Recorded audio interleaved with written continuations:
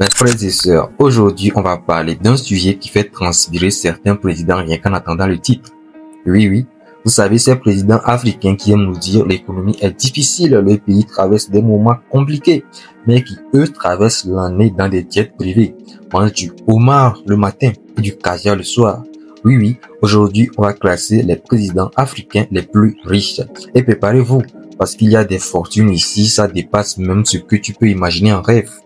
Certains ont tellement d'argent que s'ils laissaient tomber une liasse de billets, ça leur coûterait plus cher de se baisser que de la laisser par terre. Mais attention, ce n'est pas un classement officiel. Les chiffres qu'on va donner viennent de plusieurs estimations publiques et sources ouvertes. En gros, c'est ce qui se dit, ce qui se murmure dans le couloir du pouvoir et ce qui fait grincer les dents dans les villages. Allez, attache ta ceinture, on commence avec le numéro 10. On démarre en 10e position la famille avec Faure Gnassingbé, le président du Togo. Sa fortune est estimée à environ 400 millions de dollars. Ah, Faure, le fils du père. Le Togo, petit pays, mais avec un président qui joue dans la cour des grands quand il s'agit de la fortune personnelle. Officiellement, il touche un salaire de chef d'État classique. Officieusement, disons qu'il a réussi à transformer le mets en petite banque personnelle. Résidence luxueuse, voyage en jet privé et un réseau d'affaires qui s'étend bien au-delà du Togo. Certains disent que le pouvoir au Togo est devenu une histoire de famille et vu la fortune, ça ressemble même à une entreprise familiale très prospère. En 9e position, les amis, nous avons Abdel Fattah al-Sisi, le président de l'Égypte, environ 500 millions de dollars. L'homme fort du Caire, officiellement, il est là pour ramener la stabilité, mais avec une fortune pareille, il pourrait acheter toutes les pyramides en or massif. Entre l'armée, les grands chantiers publics et les contrats d'État, disons que le président égyptien sait comment transformer la politique en business. En 8e position, les amis, nous avons Isaias Afwerki, le président de l'Érythrée. Il a environ 600 millions de dollars. Lui, c'est le président le plus discret de cette liste, mais pas pour son compte en banque. Il dirige l'un des pays les plus fermés du monde, mais ça ne l'empêche pas d'avoir une fortune estimée à plusieurs centaines de millions, pendant que son peuple vit avec peu. Lui vit bien, très bien. En 7e position, les amis, nous avons Teodoro Obiang Nguema Basogo, le président de la Guinée équatoriale. Sa fortune est estimée à environ 700 millions de dollars. Waouh! Ah, Obiang, au pouvoir depuis 1979. Si vous êtes né après 1979, sachez qu'il est président depuis avant votre naissance. Sa famille vit comme des rois. Voitures de luxe, villas dans les plus belles villes du monde, soirées extravagantes. Pendant ce temps, la Guinée équatoriale, pourtant riche en pétrole, reste loin du niveau de vie qu'elle pourrait avoir. En 6e position, les amis, nous avons Cyril Ramaphosa, le président de l'Afrique du Sud.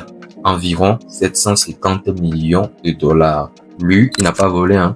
Ancien syndicaliste devenu homme d'affaires multimillionnaire avant de devenir président. Un vrai parcours à l'américaine, sauf qu'ici, c'est version Zanzi. Entre ses parts dans des mines, ses investissements immobiliers et ses sociétés, Ramaphosa a un portefeuille qui ferait pâlir d'envie beaucoup d'hommes d'affaires. En 5e position, les amis, nous avons Paul Biya du Cameroun. Sa fortune est estimée à environ 1,5 milliard de dollars. Biya alias l'éternel président depuis plus de 40 ans. Il a fait du Cameroun sa résidence secondaire quand il n'est pas en Suisse dans les hôtels 5 étoiles. Sa fortune est astronomique, ses absences du pays légendaire. À ce stade, certains demandent si c'est encore un président ou un roi en exil volontaire. En 4e position, les amis, nous avons Mohamed VI, le roi du Maroc, environ 2,1 milliards de dollars. Waouh! Alors lui, c'est carrément un roi. Donc forcément, il a la fortune qui le suit. Entre ses entreprises, ses participations dans les banques, les télécoms, l'agriculture, l'immobilier, il est à la tête d'un empire financier. Et en plus, il est populaire, ce qui aide à faire passer la pilule. En 3e position, les amis, nous avons Uhuru Kenyatta, le président du Kenya. environ 2,5 milliards de dollars. Waouh, la famille Kenyatta, c'est un peu le Rockefeller du Kenya. Terres agricoles, banques, hôtels, ils ont investi dans tout ce qui rapporte. Et même s'il n'est plus le président, sa fortune personnelle reste énorme.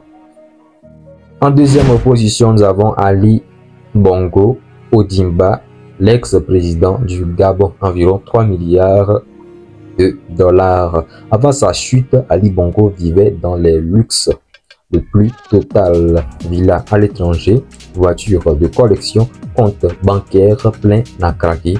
Sa famille est accusée depuis longtemps d'avoir détourné des sommes colossales. En première position, bravo, en première position, nous avons José Eduardo dos Santos, le président du l'Angola. Bon, le feu président du l'Angola. Environ 20 milliards de dollars. Paix à son âme, mais dos Santos reste un symbole sous son règne. L'Angola a connu un boom pétrolier et il a su en profiter. Sa fortune et celle de sa famille sont estimées à des dizaines de milliards. Sa fille Isabelle dos Santos a même été l'une des femmes les plus riches d'Afrique. Mes amis, vous voyez, quand on parle de président africain riche, on ne parle pas de quelques millions planqués sous le matelas.